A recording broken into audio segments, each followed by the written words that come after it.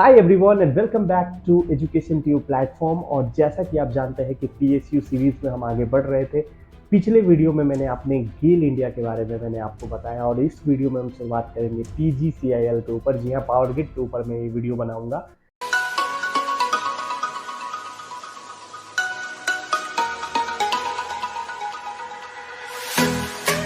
चलिए तो फिर करते हैं वीडियो की शुरुआत और पावर ग्रिड के सैलरी स्ट्रक्चर के बारे में बात करेंगे। जैसा कि मैंने पिछले वीडियो में गेल वगैरह के बारे में बात किया था, पीएसयू सीरीज में हम आगे बढ़ रहे हैं।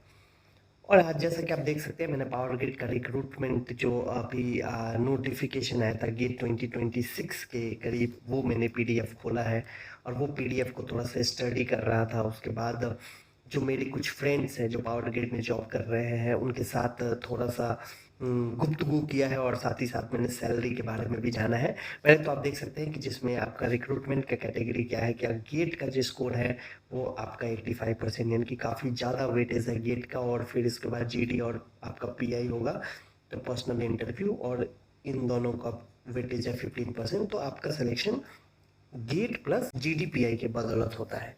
अब यहाँ पे ड्यूरिंग पीरियड में देख सकते हैं आपको 11 लाख का सीटीसी यहाँ पे लिखा गया है, जबकि ट्रेनिंग कंप्लीट होने के बाद ऑलमोस्ट आपका डबल हो जाता है, यानी कि जबकि सक्सेसफुल ट्रेनिंग के बाद आपको मिलता है 22.50 लाख का सीटीसी, यानी कि ऑलमोस्ट डबल।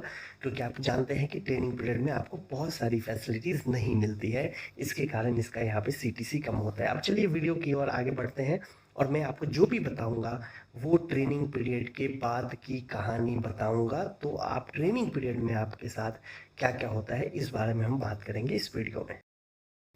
आप जैसे कि जानते हैं कि आपको जैसे ही ट्रेनिंग कंप्लीट होता है, आप E2 लेवल पे आप रेगुलराइज हो जाते हैं, जिसका बेसिक पे 50K से आपका शुरुआत होता है, जो कि मैं यहाँ से पहले ही लिख चुका हूँ ताकि वीडियो ज़्यादा लंबा ना हो। तो 50K से 160K का रेंज होता है, लेकिन जब आप स्टार्टिंग करते हैं तो 50K का बेसिक पे होता है। अब आप जानते हैं कि गवर्नमेंट ऑर्गेनाइजेशन या पीएसयू में जितने भी कंपोनेंट होते हैं वो ऑलमोस्ट बेसिक पे से ही डिराइव होते हैं। तो जो आपका डीए का मतलब होता है डीएनएस अलाउंसेस। डीएनएस अलाउंसेस इसका मतलब होता है हिंदी में महंगाई भत्ता। जैसे जैसे महंगाई बढ़ती है हर क्वार्टरली आपका ये परसेंटेज बढ़ता जाता है। अभी जिस दिन मैं वीडियो बना रहा हूँ उस दिन ये 55.1% है, और 55.1% को बेसिक पे जो कि 50,000 है, इससे आप मल्टीप्लाई करेंगे तो ये आपका होगा 27,550। ये आपका डीए हो गया। अब नेक्स्ट कंपोनेंट की तरफ चलते हैं, एचआरए। अब देखिए, मैं ज़्यादा वीडियो में टाइम नहीं ले रहा हूँ क्योंकि आपको पता है कि मैं पीएसयू सीरीज में अगर आप शुरू से मेरा वीडियो देखेंगे तो आपको हर चीज़ का मतलब पता चल जाएगा, लेकिन फिर भी मैं शॉर्ट में सब चीज़ें बता देता हूँ। अब जो तीसरा कंपोनेंट आता है वो हमारा एचआरए होता है, और एचआरए में X class, Y class, Z class city होती हैं। एक्स क्लास सिटी मतलब सबसे बढ़िया सिटी, वाई क्लास सिटी मतलब मीडियम टाइप सिटी, और जेड क्लास मतलब थोड़ा सा रूरल एरिया। अब उसमें आपका जो एचआरए है वो आज के डेट में एक्स क्लास सिटी में 30%, वाई क्लास सिटी में 20% और जेड क्लास में 10% ऑफ बेसिक पे। तो अगर आप एक्स क्लास सिटी में आपकी पोस्टिंग है तो आप 30% ऑफ बेसिक पे अगर मल्टीप्लाई करेंगे 50K तो ये आपका हो जाएगा 15K, और फिर इसको मल्टीप्लाई करेंगे तो ये हो जाएगा 10K, और ये हो जाएगा आपका 5K। तो ये आपका एचआरए का कंपोनेंट हो गया। अब नेक्स्ट चलते हैं कैफेटेरिया अलाउंस, जो कि one of the motivated allowance आप कह सकते हैं। ये बहुत ही बढ़िया फैक्टर होता है जब आपको 35% ऑफ बेसिक पे मिलता है, जो कि आपको किसी भी गवर्नमेंट ऑर्गेनाइजेशन में, प्योर सेंट्रल गवर्नमेंट में आपको देखने को नहीं मिलते हैं। और इसको आप मल्टीप्लाई करेंगे 35% ऑफ बेसिक पे से तो आपका बनेगा 17,500 रुपया। अब जो नेक्स्ट कंपोनेंट है जो कि सैलरी का पार्ट होता है वो आपका होता है फ्यूल अलाउंसेस। फ्यूल अलाउंसेस जो आज के डेट में E2 पे मिल रहा है वो 85 लीटर पेट्रोल प्लस 1.5। अब जब मैं जिस दिन वीडियो बना रहा हूँ, अगर मैं बिहार की बात करूँ तो अभी 107-108 रुपये पेट्रोल की कीमत है, सॉरी 114 रुपये है। झारखंड में 107 रुपये है। तो ऑलमोस्ट मैं 100 का कैलकुलेशन लेके चलता हूँ, और ये ऑलमोस्ट आपका, अगर मैं दिल्ली के रेट से भी कंपेरिजन करूँगा तो ये आपका अप्रॉक्सीमेट कैलकुलेशन कर रहा हूँ तो आपका 10K तक आपका ट्रांसपोर्ट फ्यूल अलाउंसेस बनता है। अब चलिए ग्रॉस सैलरी की तरफ बढ़ते हैं। अब ग्रॉस सैलरी में आपका क्या क्या आ गया? आप ग्रॉस सैलरी में आपका आ गया बेसिक पे प्लस आपका डीए प्लस आपका आ गया एचआरए प्लस आपका आ गया कैफेटेरिया अलाउंसेस, प्लस आपका आ गया फ्यूल अलाउंसेस या ट्रांसपोर्ट अलाउंसेस। अब आपका बेसिक पे कितना है 50K। डियरनेस अलाउंसेस आपका कितना बना था आप देख सकते हैं, जो आपका डीए बना था वो 27,550 रुपये, 27,550 रुपये ये आपका डीए बना था। एचआरए मैं मान के चलता हूँ आप फिर एक्स क्लास सिटी में है, टॉप क्लास सिटी में, वहाँ आपको 50K आपका ये मिला। और कैफेटेरिया अलाउंसेस की मैं बात करूँ तो 17,500 रुपया, और फ्यूल अलाउंसेस की बात करूँ तो आपका ये आपका 10K मिला। अब जल्दी से जल्दी आप तो अपना कैलकुलेटर निकाल सकते हैं और इसको कैलकुलेट कर सकते हैं कि आपका अमाउंट कितना बनता है। 120.05, 120.05, ऑलमोस्ट 120K आपका ये आपका ग्रॉस सैलरी बन गया। अब देखिए, अब सैलरी के बाद आपके बहुत सारे फैक्टर्स होते हैं जो कि आपका डिडक्शन का भी पार्ट बनता है, क्योंकि आपने सैलरी ली है तो आपको कुछ गवर्नमेंट को टैक्स भी देना पड़ेगा, कुछ आपके पीएफ और एनपीएस अमाउंट में भी कटेंगे। तो चलिए अब डिडक्शन पे फोकस करते हैं। और पीएफ आपको पता है कि जो पीएफ अमाउंट होता है वो होता है बेसिक प्लस टीए का 0.12 यानी कि 12%। अगर बेसिक प्लस डीए जो कि आप कैलकुलेट करेंगे तो आपका 50,000 बेसिक है, और जो आपका डीए बना था वो है 27,550 बना था। अब इसका अगर आप 12% कैलकुलेट करेंगे तो लगभग लगभग आपका 9,306, जो कि मैंने यहाँ पे अप्रॉक्स 9,000 लिखा भी था। अब गवर्नमेंट आपका इतना काट रही है तो आपको इतना दे भी रही है, तो ये ऑलमोस्ट आपका 18K हो गया, जो कि आपकी सेविंग होगी, जो कि पीएफ अकाउंट में चली गई। ये डिडक्शन जरूर हो रहा है, लेकिन ये आपका अपना ही अमाउंट है जो कि आपके सेव हो गए। अब चलिए एनपीएस की बात करते हैं। ये बहुत ही इंपॉर्टेंट चीज़ होता है जो कि समझाना थोड़ा सा यहाँ पे तो आपको थोड़ा कम समझ आएगा। ये आपको सैलरी में भी नहीं दिखाता है, लेकिन एनपीएस 3% करता है बेसिक प्लस डीए का। तो बेसिक प्लस डीए का अगर आप 3% कैलकुलेट करेंगे तो लगभग लगभग आपका 2.5% ये आपके सैलरी से डिडक्ट होगा। और गवर्नमेंट आपको ना, जो सबसे इम्पोर्टेंट चीज़ यही है कि जो गवर्नमेंट है वो आपको लगभग लगभग 7,000 रुपीज़, आपके 6.9 to 7,500 आपके ये एनपीएस अकाउंट में डालती है अलग से, ये अलग से आपके अकाउंट में डालती है। ये बहुत ही इंपॉर्टेंट फैक्टर है, ये कहीं सैलरी में दिखता नहीं है, लेकिन आपके अकाउंट में अलग से गवर्नमेंट डालती है, जो कि आपके पेंशन के टाइम पे यूज़ होता है। ये आपका डिडक्शन पार्ट होता है। तो अगर आप देखेंगे तो ये आपका ये भी पैसा आपका बढ़ता जाता है। तो लगभग लगभग 9.5K जो आपका ये हुआ, ये आपके हर महीने एनपीएस अकाउंट में गया। अब पीएफ और एनपीएस दोनों को अगर आप कैलकुलेट करेंगे 8+9.5K, तो लगभग लगभग 27.5K ये आपकी सेविंग हुई। और ये सेविंग आपके हर महीने आपके अकाउंट में सेव हो जाती है। और इसके ऊपर आपको लगभग लगभग 8.25 जो आप पीएफ का इंटरेस्ट है वो आपको इंटरेस्ट भी दिया जाता है, यानी कि वो ये जो पैसा जो है ये बढ़ता रहता है। तो ये बहुत ही इंपॉर्टेंट चीज़ है कि आपके सैलरी के अलावा ये जो पॉइंट, ये जो फैक्टर है ये आपका सेव हो गया, जो सबसे इम्पोर्टेंट चीज़ है। अब देखिए टैक्स कैसे 10,000 कटा, ये इसके ऊपर कैलकुलेशन करेंगे। अब ये देखिए आपका जो ग्रॉस सैलरी है, जो ग्रॉस सैलरी है वो 120K बना। अब 120K को आप 12 से मल्टीप्लाई करेंगे तो लगभग लगभग 14,40,000 ये आपका ग्रॉस सैलरी बना, ये आपका ग्रॉस सैलरी बना। अब अगर आप 14,40,000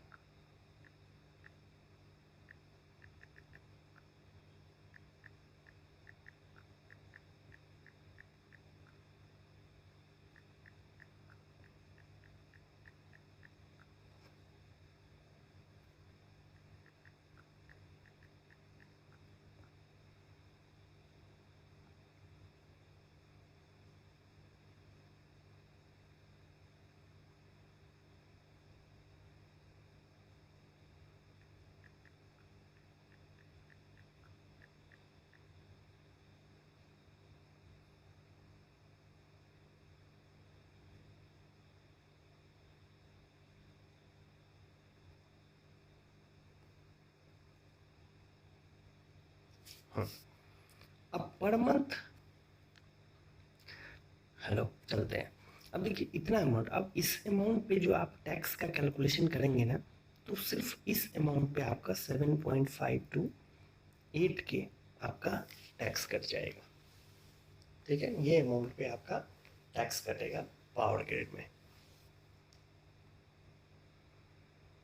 तो आपकी जो डिडक्शन वाला जो पार्ट है, इसमें टैक्स मैंने 10 के लिखा है क्योंकि कुछ कुछ फैक्टर अगर हो सकता है कि ऐड हो गए अगर आप नाइट शिफ्ट वगैरह कर रहे हैं, अगर उसके पैसे वगैरह अगर आपको मिलते हैं तो आपके टैक्स भी वो इनकम स्लैब में आ जाएगा और उसके ऊपर टैक्स भी कटेगा। तो यहाँ पे मान के चलता हूँ आपका 8 के इनकम टैक्स के रूप में कटा, और अदर आपके 1 के से 2 के आपके कटेंगे जो आपके अदर टैक्स है, जैसे प्रोफेशनल टैक्स होता है, काफ़ी सारी चीज़ें होती हैं जो थोड़ा बहुत कटता रहता है।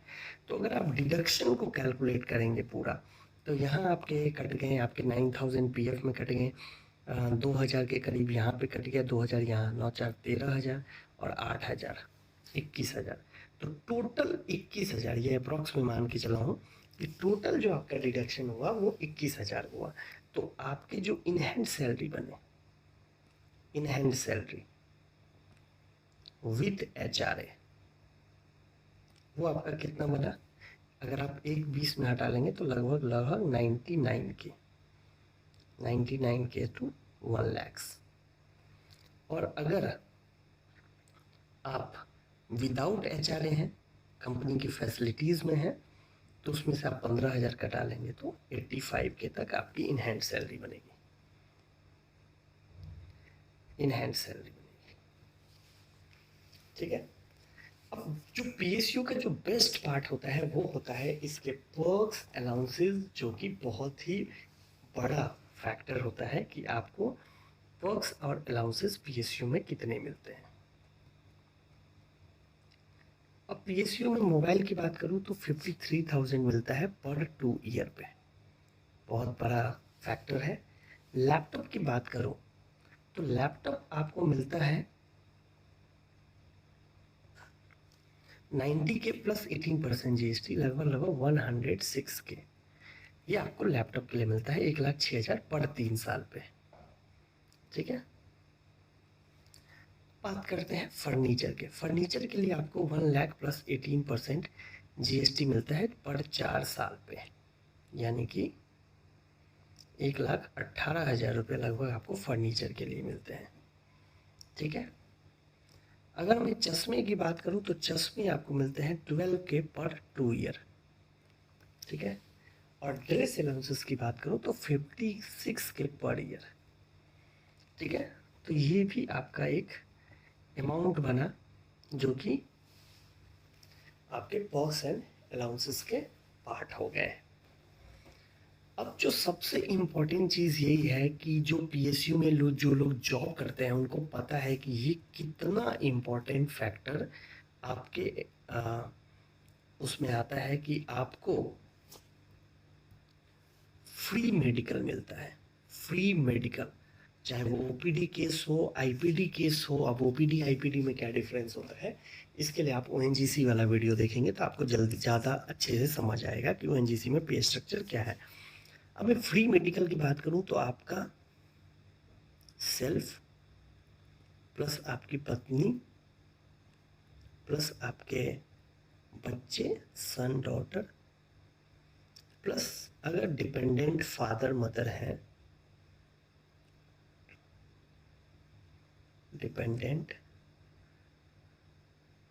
फादर मदर है, उन सभी को फ्री मेडिकल ट्रीटमेंट मिलता है। This is one of the excellent. अगर मेरे से कोई पूछेगा ना कि आप PSU में जॉब क्यों कर रहे हो, तो I have only one reason कि ये जो फैसिलिटीज़ है ना, ये आपको बहुत कम जगह मिलता है। खास करके जो OPD वाला केस है। अब IPD वाला केस तो बाहर से इंश्योरेंस भी ले लेंगे, लेकिन इंश्योरेंस में भी ना बहुत तरह के झमेले होते हैं, लेकिन PSU में ना आपको कोई झमेला नहीं होता है। तो ये एक सबसे बड़ा इम्पोर्टेंट फैक्टर है जो कि आपको मिलता है। अब जो नेक्स्ट पॉइंट है जिसको मैंने यहाँ पे एक्सप्लेन नहीं किया वो है PRP। What is the calculation of PRP? कि जो 40% of basic pay if you performed very well in the organization and you get excellent for that year, you will get maximum 40%, नहीं तो 35% के आसपास तो मिलता ही है, तो 40% ऑफ बेसिक पे। अब बेसिक पे आपको पता है कि कितना है, 50K इंटू 12 लगभग 6 लाख रुपीज़ पर ईयर, और 6 को मल्टीप्लाई करेंगे तो 2.4 LPA, ये आपका PRP बना। और नॉर्मली ये है विदाउट टैक्स, ये आपका विदाउट टैक्स। अब इसके ऊपर अगर आपको टैक्स कट गया, मान लीजिए कि आप 20% के स्लैब में आ ही जाएंगे, तो अगर आपको इसका 80% भी मिला तो ये आपको मिलेगा 1 LPA। This is PRP। ये आपको PRP मिलता है। तो ये बहुत ही बड़ा फैक्टर, बहुत ही खुशी का खबर होता है कि आपको ये PRP मिलता है सैलरी से अलग से। तो आपने देखा कि मैंने आपको बताया कि आपको इनिशियल में 85 की सैलरी आएगा इन हैंड, ठीक है। आपके पर्क्स आएंगे, फिर आपके फ्री मेडिकल आएगा, और फिर आपका आता है PRP, one of the good factor. और ये आपका ग्रॉस जो है ये आप देख ही सकते हैं। तो ग्रॉस आपका लगभग कितना आया था, 120K, ठीक है। उसके बाद आपके बॉक्स मिले, उसके बाद आपके इन हैंड सैलरी हो गए, फ्री मेडिकल हो गए, और आपका PRP हो गया। तो ये सब सारे फैक्टर हो गए। अगर आपको ग्रॉस की मैं बात करूं, क्योंकि जब भी सैलरी देता है आप ग्रॉस पे, तो आपको 1.2 लाख आपको वहाँ से मिल गए। फिर अगर आप PRP मान लीजिए 2 लाख, और जब आप 2 लाख को डिवाइड करेंगे, लगभग आप डिवाइड करेंगे तो 16,000 लगभग आपका पर मंथ बनेगा PRP। लेकिन अगर आप ग्रॉस की मैं बात करूं तो वो ग्रॉस बनता है लगभग 20 के आपका ग्रॉस बनेगा। पर्क्स की बात करूं तो पर्क्स में आप देख सकते हैं कि आपको ये पर मंथ हो गया। पर्क्स आपको यहाँ पे मान लीजिए 25,000 ये हो गया, 30,000 आपका ये हो गया, फिर आपका 20,000 आपका ये हो गया, तो लगभग आपका 75-80,000 हो गए। फिर आपका 6,000-91,000 हो गया, फिर यहाँ पे लगभग 1.5 लाख। अब सबसे इम्पोर्टेंट चीज़ क्या है कि ये जो भी आपके अलाउंसेस मिले, ये मैंने अलाउंसेस को पर ईयर में डिवाइड करके लिखा है। ये जो सबसे इम्पोर्टेंट फैक्टर क्या है कि ये जितने भी अलाउंसेस ये है ना, ये है टैक्स फ्री, इसके ऊपर कोई भी टैक्स आपको नहीं देना है, जो कि बेस्ट पार्ट है, ठीक है। आपको PRP पे टैक्स मिला, तो आपको देखें अगर आप कैलकुलेट करें तो आपको 1.2 में 1.4 लैक्स प्लस यहाँ पे 1.5 लैक्स पर ईयर, यह पर ईयर। इसको भी आप डिवाइड करेंगे तो लगभग 13,000, ये विदाउट टैक्स है। और इस पर अगर टैक्स लगता है तो लगभग 14 से 15,000 रुपये बन जाता है ये। तो आप देख सकते हैं कि जो आपका ग्रॉस सैलरी बना, ये बना 1.5 लाख प्लस, 1.5 लाख प्लस ही बनता है। आमतौर पे क्या होता है, जब गवर्नमेंट ऑर्गेनाइजेशन है ना, फैसिलिटीज़ को इग्नोर करते हैं और प्राइवेट ऑर्गेनाइजेशन के CTC पर फोकस करते हैं। लेकिन प्राइवेट ऑर्गेनाइजेशन और गवर्नमेंट ऑर्गेनाइजेशन की जो स्ट्रक्चर होते हैं वो काफ़ी अलग होते हैं। ये वीडियो को मैंने डिटेल में समझाने की कोशिश की है। अगर आपको ये वीडियो अच्छा लगा होगा तो चैनल को सब्सक्राइब कीजिएगा, वीडियो को लाइक कीजिएगा, अपने दोस्तों को ज़रूर शेयर कीजिएगा जो लोग गेट वेट की तैयारी कर रहे हैं और लाइफ में PSU को ज्वाइन करना चाहते हैं। इस वीडियो से रिलेटेड कोई भी क्वेरी है तो आप कमेंट बॉक्स में पूछ सकते हैं। अगले वीडियो में आपकी और हमारी फिर से मुलाकात होगी एक नई PSU के साथ। तब तक के लिए धन्यवाद, शुभ रात्रि।